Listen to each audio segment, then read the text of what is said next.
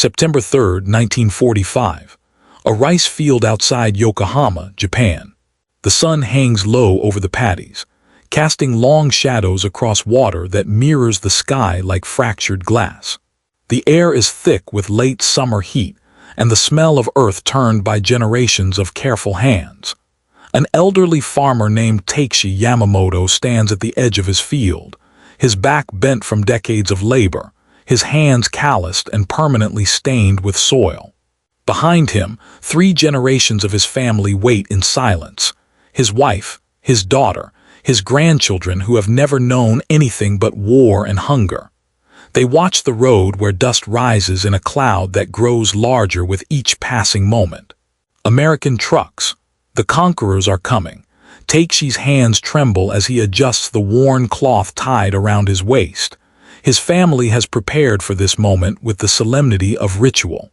They have rehearsed what they will do, how they will comport themselves before the victors who have burned their cities and broken their nation. The instructions from the village headman were clear: show respect, show submission, bow deeply and hope for mercy. Because mercy is all that remains now that the emperor himself has spoken the unspeakable, admitting defeat, in a voice that crackled over radios across the shattered archipelago. The trucks grow closer, their engines growling like metal beasts. Takeshi drops to his knees in the mud at the edge of his field. His family follows. They press their foreheads to the ground, abasing themselves before men they have been taught to fear as demons, as monsters who would defile their women and enslave their children. They bow not in respect but in terror, begging for their lives from an enemy they believe incapable of mercy. And then, something happens that will shatter everything they thought they knew about defeat, about occupation, about the nature of the men in those approaching trucks. To understand what occurred in that rice field, and in 10,000 similar encounters across Japan in the autumn of 1945, one must first comprehend the depth of expectation that preceded it. The Japanese people had been prepared for apocalypse. For years, their government had fed them a steady diet of propaganda, portraying the Americans as subhuman barbarians driven by base instincts and racial hatred. Schoolchildren learned that American soldiers were criminals released from prisons to fight, that they wore the scalps of Japanese soldiers as trophies, that they raped indiscriminately and murdered without conscience. This was not merely wartime exaggeration. It was systematic conditioning, designed to ensure that the civilian population would resist invasion with suicidal determination. The military leadership of Imperial Japan had studied the American way of war and concluded, with a mixture of contempt and fear, that their enemy was both technologically formidable and morally degenerate. They pointed to the firebombing of Tokyo, to the atomic destruction of Hiroshima and Nagasaki, as proof of American barbarism. They conveniently ignored their own atrocities in China, in the Philippines, across the conquered territories of the greater East Asia co-prosperity sphere. What mattered was the narrative they had constructed. That surrender meant annihilation, that occupation would bring horrors worse than death, that the only honorable path was resistance to the last breath. When Emperor Hirohito's voice broke through the static on August 15, 1945, announcing Japan's acceptance of the Potsdam Declaration, the nation entered a state of collective shock. The unthinkable had occurred. The divine sovereign, descendant of the sun goddess Amaterasu, had acknowledged defeat. In the days that followed, as the reality of surrender settled over the islands like ash, the Japanese people prepared themselves for what they believed would come next. Military officers committed suicide by the hundreds rather than face the shame of occupation. Families in coastal villages rehearsed mass suicide protocols. Mothers were given instructions on how to kill their children mercifully before the Americans arrived. The propaganda had been so effective, so thoroughly internalized, that entire communities preferred death to what they imagined occupation would bring. But there was another emotion beneath the terror: hunger. By the summer of 1945, Japan was starving. The American submarine campaign had strangled the home islands, cutting off food imports from Korea, Manchuria, and Southeast Asia. The rice harvest of 1944 had been poor, and the 1945 crop was still weeks from maturity. Urban populations survived on rations that provided fewer than 1,500 calories per day, well below subsistence levels.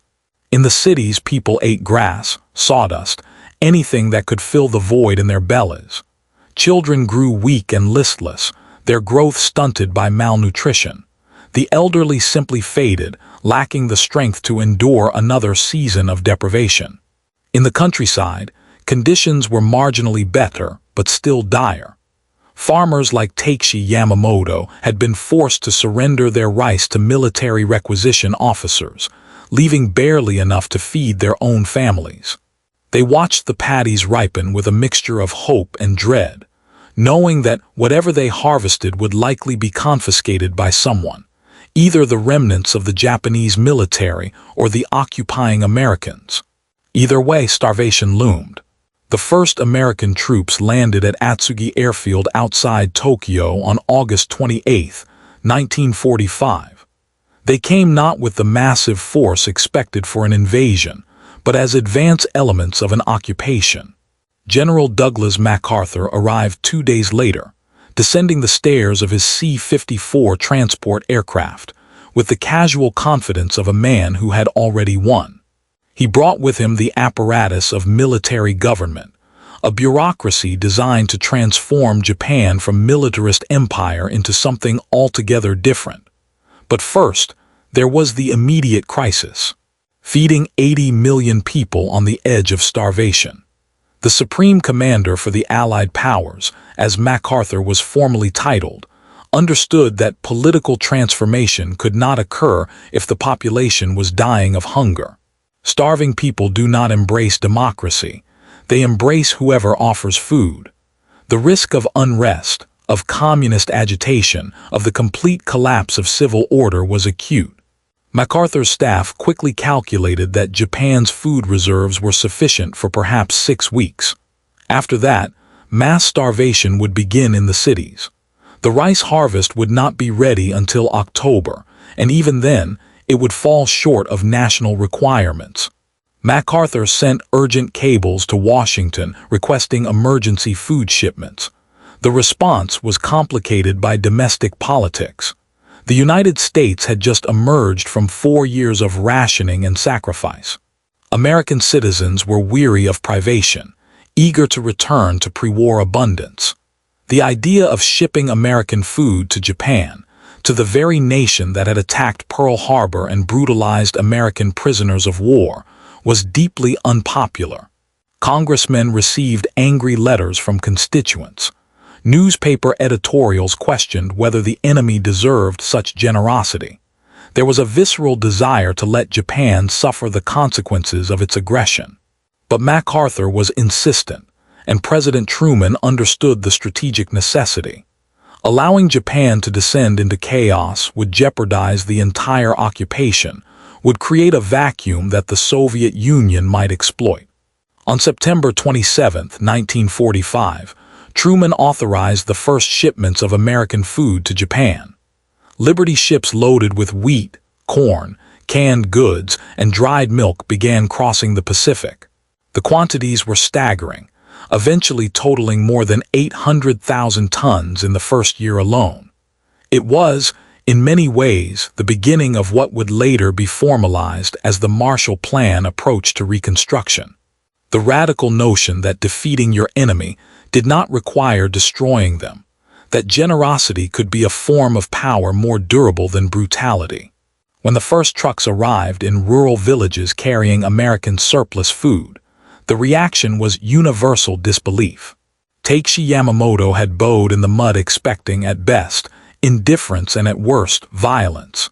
What he received instead was a soldier, a boy, really, no older than 20, who climbed down from the truck and approached with his rifle slung over his shoulder, his hands empty and extended in a gesture that could not be mistaken. The soldier smiled, a strange and incongruous expression given the circumstances, and spoke words that Takeshi did not understand. But the soldier's actions were clear. He gestured toward the truck, toward the crates being unloaded by other American troops, toward food being distributed not as plunder seized but as aid freely given. Takeshi rose slowly from his prostrate position, his knees caked with mud, his mind struggling to reconcile expectation with reality. The soldier handed him a box, heavy, stamped with English words, filled with canned goods and dried rations. Other soldiers were doing the same throughout the village, moving from family to family, distributing food to people who moments before had been prepared for execution. There was no demand for payment, no requirement of labor, no strings visible in the transaction. Just food, given to the starving by those who had every reason to withhold it. The contrast with Japanese military behavior could not have been more stark. The Imperial Japanese Army had stripped occupied territories bare, requisitioned food from conquered peoples without thought for their survival, allowed millions to starve in China, Indochina, and the Dutch East Indies. The Kempeitai, the military police, had been ruthless enforcers of rice quotas in Korea and Manchuria, taking even seed grain and leaving famine in their wake.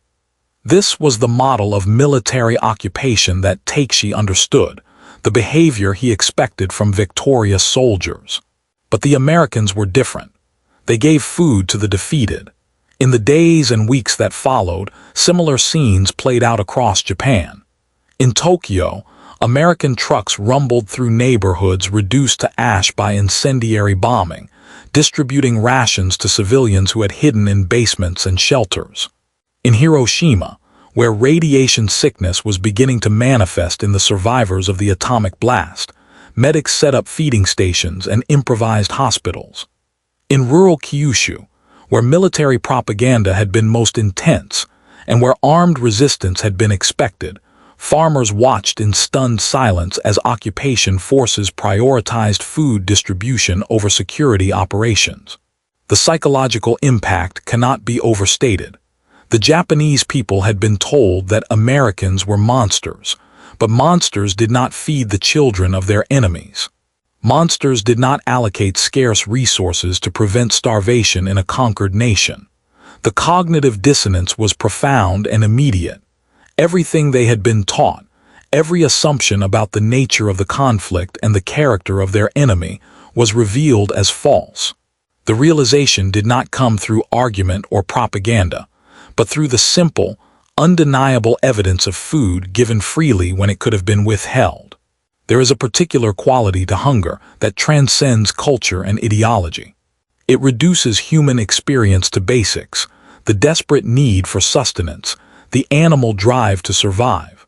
A starving man does not care about political philosophy or national honor. He cares about food, about the next meal, about keeping his children alive. The Americans understood this, whether through strategic calculation or genuine compassion or some combination of both. They understood that feeding Japan was not merely a humanitarian gesture, but a political act with profound consequences.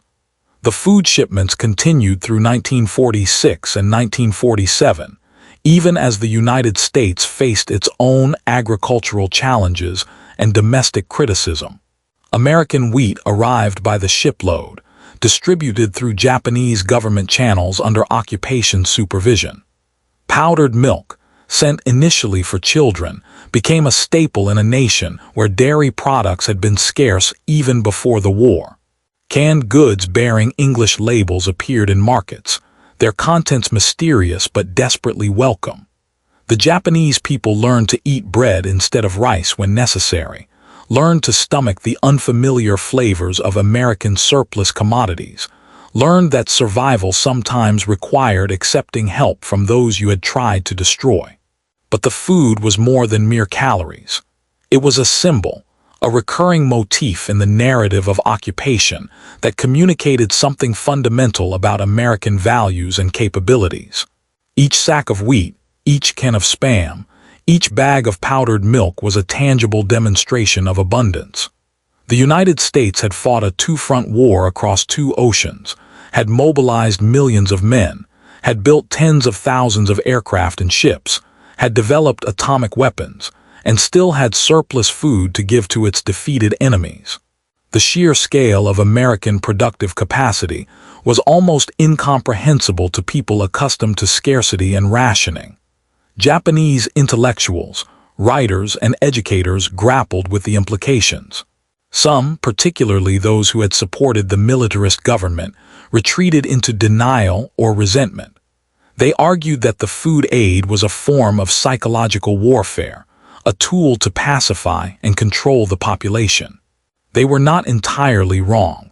The occupation authorities absolutely understood the political benefits of preventing starvation. But their cynicism could not alter the basic reality. People were being fed when they had expected to be left to die. Others saw the food aid as evidence of a different kind of civilization, one built on fundamentally different principles than the militarist ideology that had driven Japan to war.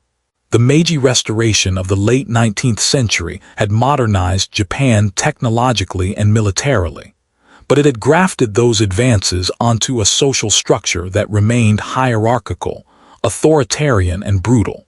The individual existed to serve the state, and the state existed to pursue national power through military expansion. There was no space in this ideology for the idea that a nation might voluntarily help its enemies, that strength might be expressed through generosity rather than domination. The occupation evolved from military administration to political transformation. MacArthur's staff drafted a new constitution that stripped the emperor of divine status, established democratic governance, and renounced war as an instrument of national policy. Women received the right to vote. Labor unions were legalized. The zaibatsu, the industrial conglomerates that had fueled the war machine, were broken up. Land reform redistributed agricultural holdings from wealthy landlords to tenant farmers, transforming men like Takeshi Yamamoto from serfs into property owners. These reforms were imposed, certainly, but they were imposed alongside food aid and economic assistance, the carrot accompanying the stick. The land reform is particularly significant in understanding how the American occupation differed from Japanese expectations. Under the new laws, absentee landlords were forced to sell their holdings at government-set prices to the farmers who actually worked the land. Takeshi Yamamoto, who had spent his entire life farming land he did not own, paying rent in rice to a landlord who lived in Tokyo and never touched soil, suddenly found himself a property owner. The legal documents were complex, the bureaucratic process confusing, but the outcome was clear. The field he had worked since childhood now belonged to him. His labor would feed his family, not a distant landlord. His children would inherit land, not debt. This transformation was radical and deliberate. American occupation planners understood that rural poverty and inequality had been fundamental to Japan's political instability in the 1930s. Young army officers who launched the coups and assassinations that paved the way for military rule had been motivated partly by rage at the conditions their families endured in agricultural villages. Breaking the power of the landlord class would create a broad base of conservative small farmers with a stake in the new democratic order. It would also align Japan's social structure more closely with American ideals, where the Jeffersonian myth of the independent yeoman farmer still held cultural power. But the land reform succeeded not merely because it was imposed by occupation fiat, but because it was accompanied by the food aid that kept farmers alive long enough to see the first harvest under the new system. In the autumn of 1946, as Takeshi and millions like him brought in rice from fields they now owned, the psychological transformation was complete. The Americans had given food when Japan was starving, and then they had given land when the crisis passed. They had every reason to extract revenge, to impoverish and humble their defeated enemy. Instead, they had built the foundation for prosperity. The memories of those early months of occupation, lived on in Japanese consciousness, long after the last American soldier departed. Men and women who experienced the hunger and fear of 1945, who bowed in mud expecting death and received food instead, told their stories to children and grandchildren. The narratives took on mythic quality, simplified and polished by repetition but rooted in historical truth. The Americans came and they fed us. The Americans came and they gave us land. The Americans came and they did not rape our daughters or execute our sons. These memories became foundational to malicious. He believed with the certainty of his era and class that American-style democracy and capitalism were universal goods that all people would embrace if given the chance. The truth, almost certainly, is that both strategic calculation and humanitarian impulse played roles, mixed with bureaucratic momentum, individual initiative, and historical contingency. The young soldier who handed a box of rations to Takeshi Yamamoto was probably not thinking about geopolitics or ideology.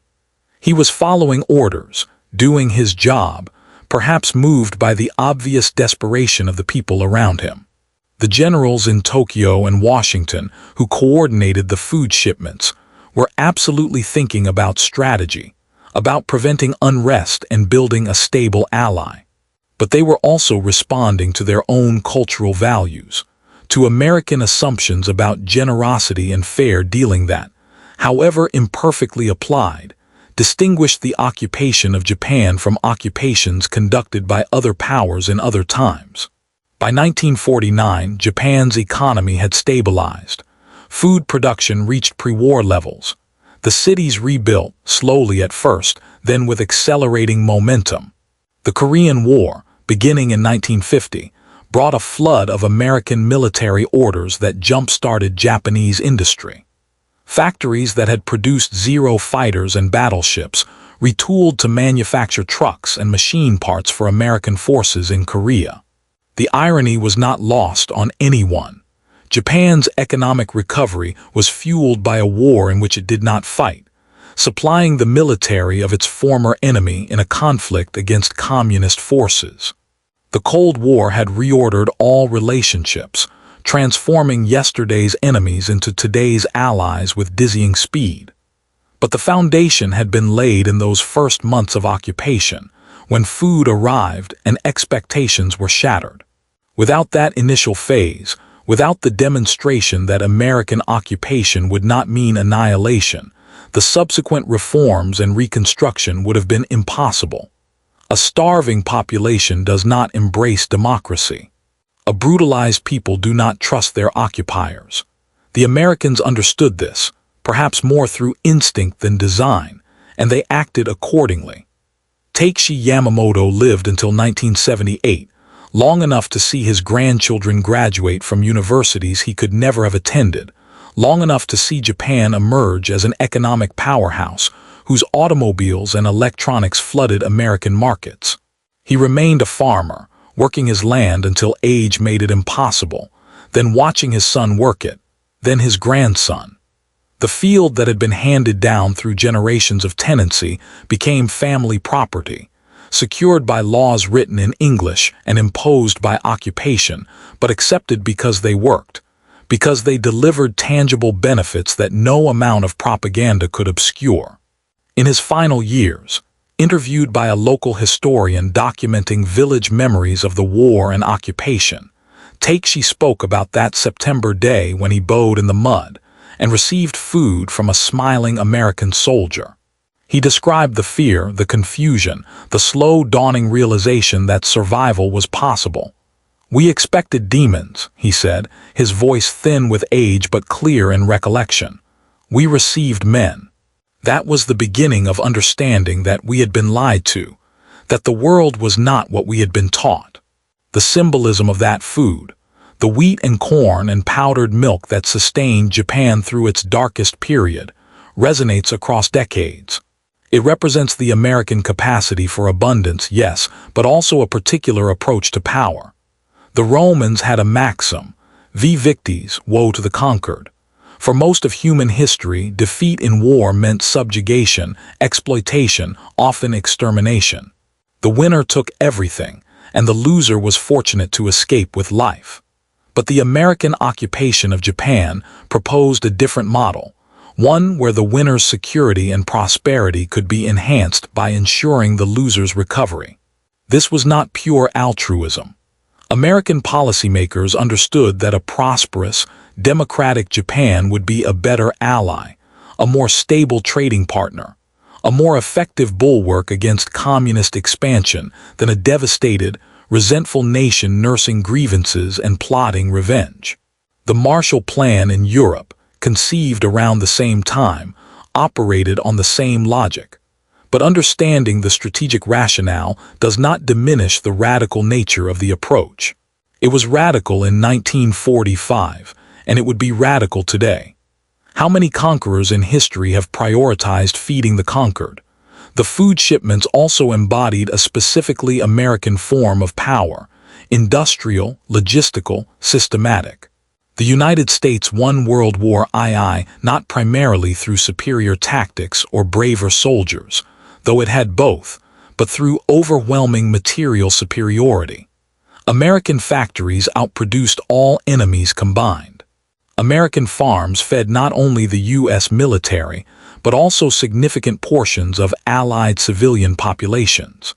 This capacity for production, for logistics, for moving vast quantities of goods across oceans to wherever they were needed, was the foundation of American global dominance in the post-war era. The food given to Japan was a demonstration of that power, a message delivered in the most basic and undeniable terms. For Japan, the experience of receiving aid from a defeated enemy became a model for its own post-war foreign policy, at least in aspiration if not always in execution. Japanese development assistance to Asian nations, particularly from the 1970s onward, was often framed in terms of mutual prosperity and regional stability rather than naked self-interest. Whether this represented genuine transformation or merely sophisticated public relations is debatable, but the rhetoric at least acknowledged that power could be expressed through economic partnership rather than military domination. The lesson learned in 1945, that generosity could be strategic and that helping your neighbors could enhance your own security, was not forgotten. There is a photograph, preserved in the archives of the occupation, that captures the moment better than any amount of analysis. It shows an American soldier, young and informal in his rumpled fatigues, handing a chocolate bar to a Japanese child in the ruins of Yokohama. The child's face shows wariness mixed with desperate hunger. The soldier is smiling, not the grim smile of a conqueror but something gentler, almost paternal. In the background, Japanese adults watch with expressions difficult to read: gratitude, confusion, lingering fear. The photo was taken for propaganda purposes, certainly, meant to be published in American newspapers to show the human face of occupation. But propaganda does not invalidate truth. That scene, multiplied across thousands of encounters, represented a genuine rupture in Japanese understanding of American character and intentions. Chocolate became one of the recurring symbols of the occupation, almost as important as the bulk food shipments. American GIs had chocolate in abundance, included in their rations, available at PX stores. For Japanese children who had known nothing but wartime austerity, chocolate was not merely food but a revelation: sweet, rich, exotic. The soldiers gave it freely, to children especially, in acts of casual generosity that would have been unthinkable from the Imperial Japanese Army. Japanese soldiers did not hand out treats to conquered children. They requisitioned, confiscated, took. The contrast was stark and obvious even to a child. The chocolate represents, in miniature, the difference between scarcity and abundance, between systems organized around deprivation and those built on surplus. Japan in 1945 had been stripped bare by war, every resource mobilized for military purposes, every civilian sacrifice subordinated to the demands of total war. The United States, despite 4 years of global conflict, still had chocolate to give to enemy children. The disparity spoke volumes about industrial capacity, about social organization, about the sustainability of different economic and political models. As the occupation progressed and Japan regained sovereignty in 1952, the relationship between the two nations evolved into something unprecedented in history. A genuine alliance between former enemies based on shared interests and mutual respect. American bases remained on Japanese soil, a security umbrella that allowed Japan to minimize its own military spending and invest instead in economic development.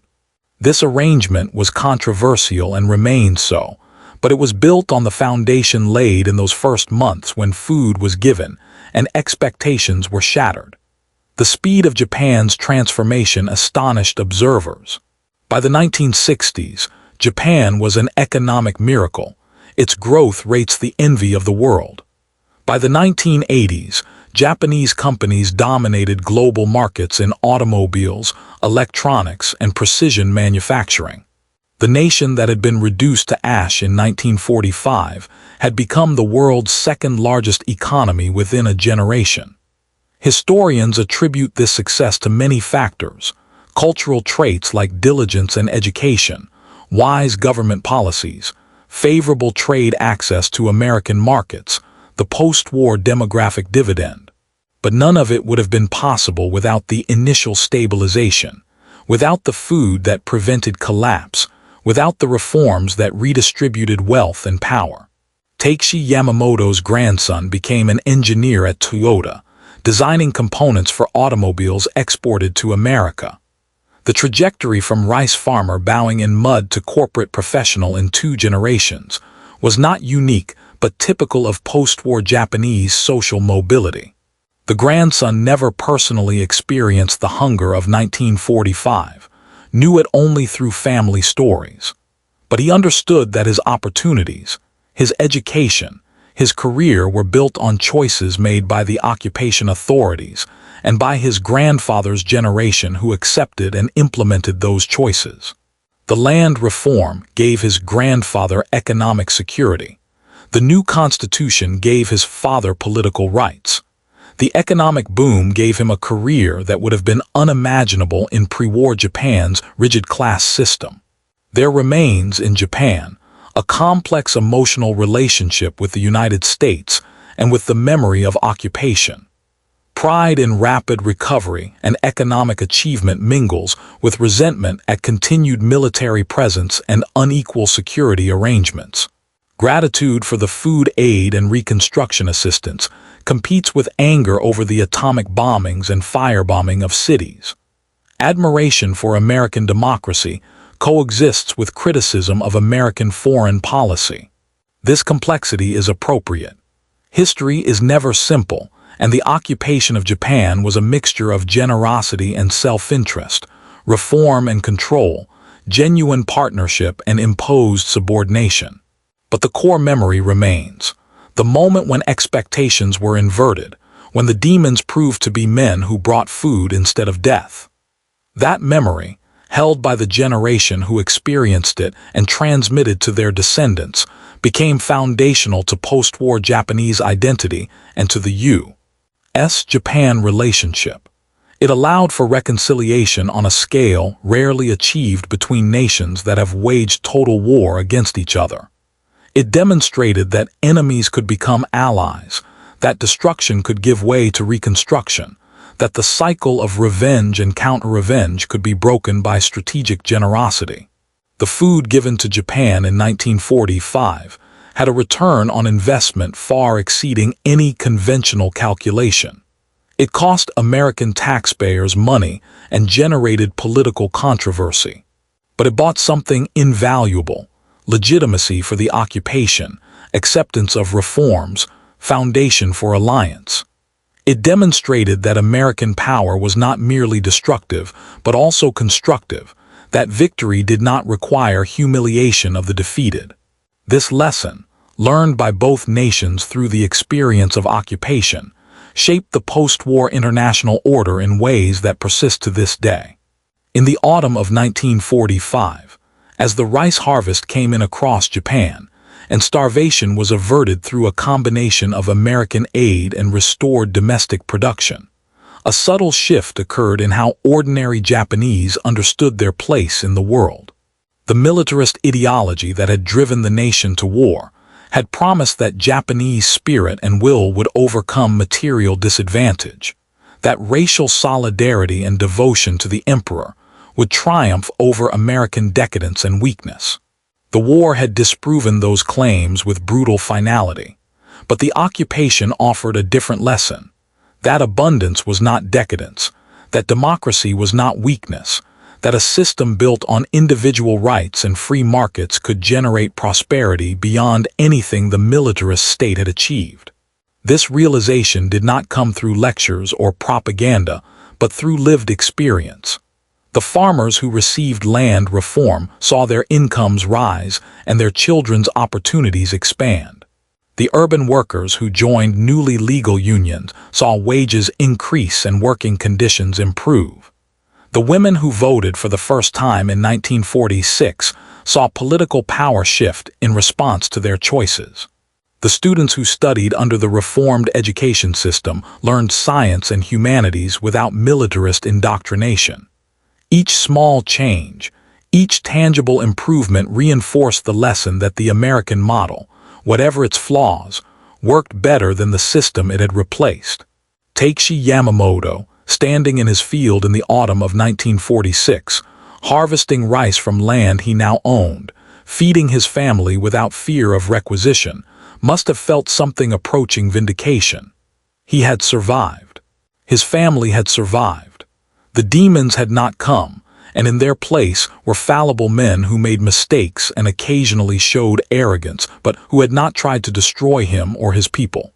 The rice grew as it always had, responding to sun and water and care regardless of politics or ideology.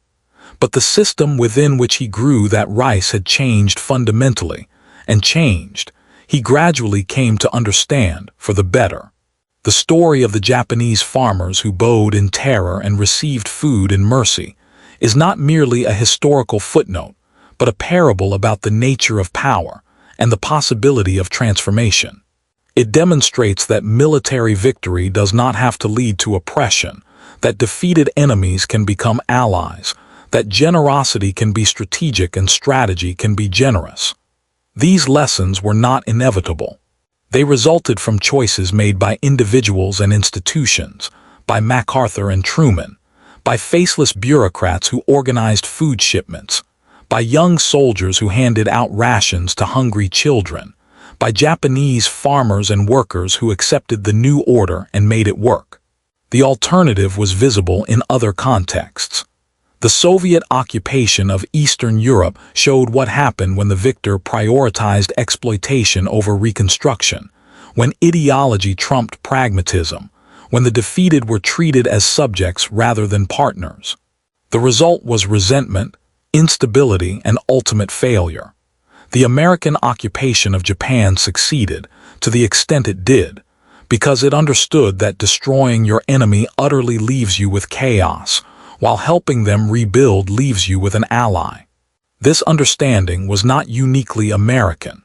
It built on older traditions of magnanimity and victory, on the idea that the strong have obligations to the weak, on pragmatic recognition that stable peace requires addressing grievances and providing hope. But America in 1945 had the resources to act on these principles at a scale never before attempted. The food shipments to Japan, like the Marshall Plan in Europe, represented a gamble that generosity would pay dividends, that the immediate costs would be repaid many times over in long-term security and prosperity. History suggests the gamble paid off. 75 years after the end of World War II, the Japanese and American economies are deeply intertwined. Japan hosts major American military bases and is a key strategic ally in Asia.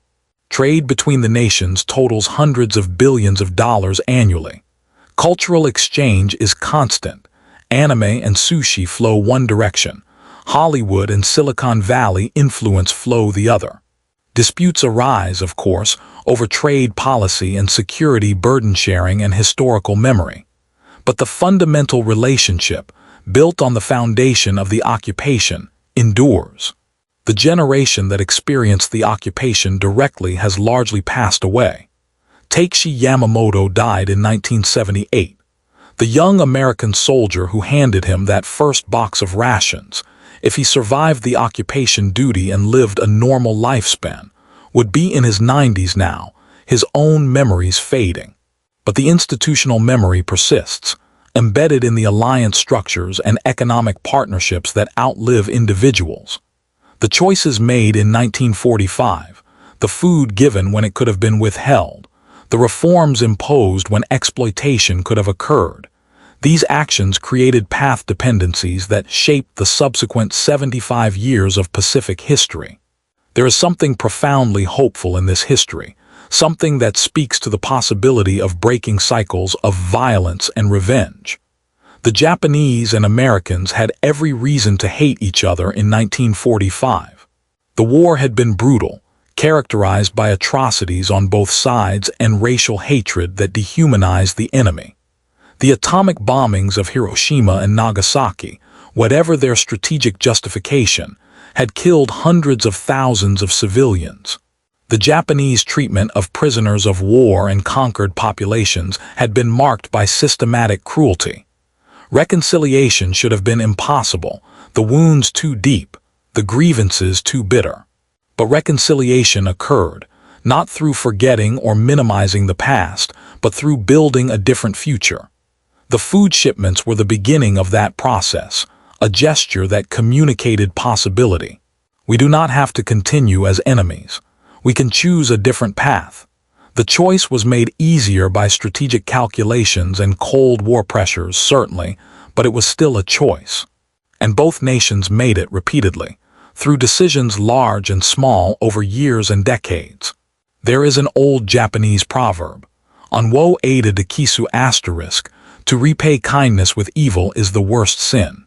The inverse is also valued. On wo on de kisu asterisk, to repay kindness with kindness is the highest virtue.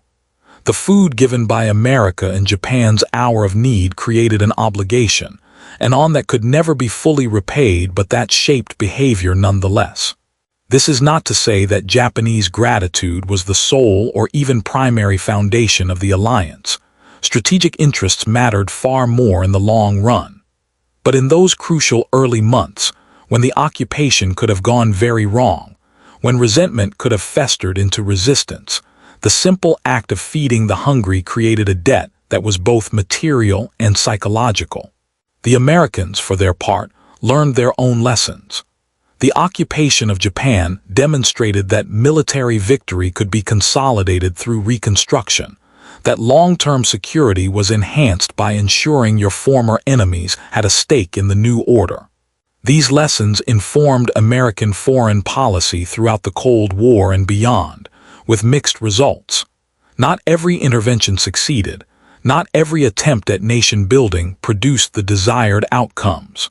But the Japan model, defeat the enemy militarily, then help them rebuild on democratic and capitalist lines, became a template that policymakers returned to repeatedly. Whether this model is universally applicable remains debatable. Japan had specific cultural and historical factors that made occupation and reconstruction feasible.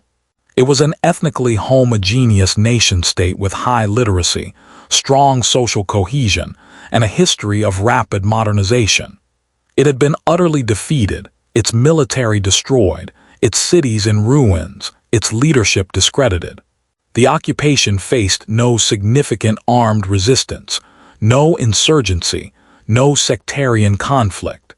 These conditions allowed for reforms that would have been impossible in more complex environments.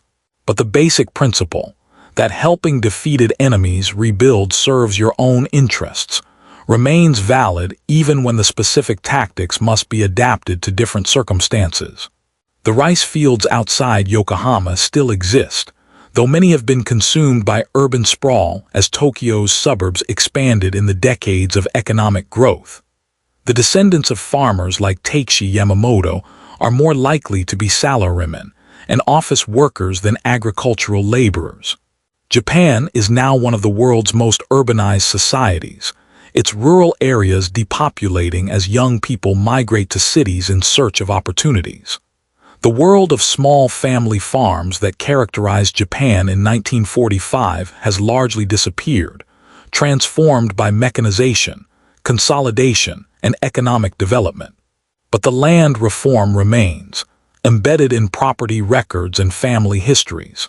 The fields that were redistributed in the late 1940s stayed with the families who received them, passed down through generations, sold when economics demanded, or kept as tangible links to the past. The reform was so successful, so thoroughly integrated into Japanese society, that within a generation it was simply accepted as natural. The young people of the 1970s and 1980s, growing up in prosperity, had little understanding of how revolutionary the land reform had been, how completely it had overturned the pre-war social structure. They knew only that their grandparents owned land, and therefore they owned land, as if it had always been so. This erasure of memory is both the triumph and the curse of successful reform. The changes become so normalized that their radical origins are forgotten. The Americans who organized the food shipments and designed the land reform sought to transform Japan, and they succeeded beyond their most optimistic expectations. But success meant that later generations had no frame of reference for understanding how dramatically things had changed, how different the choices could have been, how close Japan came to a very different fate. What changed history was not merely the food itself, though that was essential. What changed history was the demonstration that power could be exercised with restraint, that victory did not require vengeance, that former enemies could become partners. The Japanese farmers who bowed in terror and received food instead of death learned this lesson viscerally, in the most immediate and physical way possible. They were hungry, and they were fed. They expected cruelty, and they received kindness. Not universal kindness. The occupation had its share of abuses and injustices. Not perfect kindness. American policies were often paternalistic and culturally tone-deaf. But sufficient kindness, sufficient generosity, to break the cycle of expectation and offer the possibility of something different. That possibility, once opened, allowed for everything that followed. The democratic constitution, the land reform, the educational reforms, the economic miracle, all of it built on the foundation of that initial gesture when food arrived instead of troops, when aid replaced exploitation. The Japanese people, having seen that the Americans were not the demons of propaganda, were willing to accept American-designed reforms that they would have resisted had the occupation begun with brutality. The soldiers who handed out chocolate bars and ration boxes were, perhaps unwittingly, conducting the most effective psychological warfare campaign of the entire war. They were proving, through simple human decency, that the ideology their nation fought for, democracy, individual rights, prosperity shared rather than hoarded, was not mere propaganda but lived reality. In the rice field outside Yokohama on that September day in 1945, when Takeshi Yamamoto rose from his bow and accepted food from the hand of his enemy, history shifted. Not in the dramatic way of battles or political declarations, but in the quiet accumulation of choices that redirected the future. One farmer fed, one family saved from starvation. One small gesture multiplied across millions of interactions, until a nation that had been enemy became ally, until occupation became partnership, until the impossible became mundane. The rice still grows in those fields where it remains, responding to sun and rain as it has for centuries. But the men and women who plant and harvest it do so in a world utterly transformed by the choices made in 1945. When food arrived instead of death, when generosity proved stronger than revenge, when the boat became free.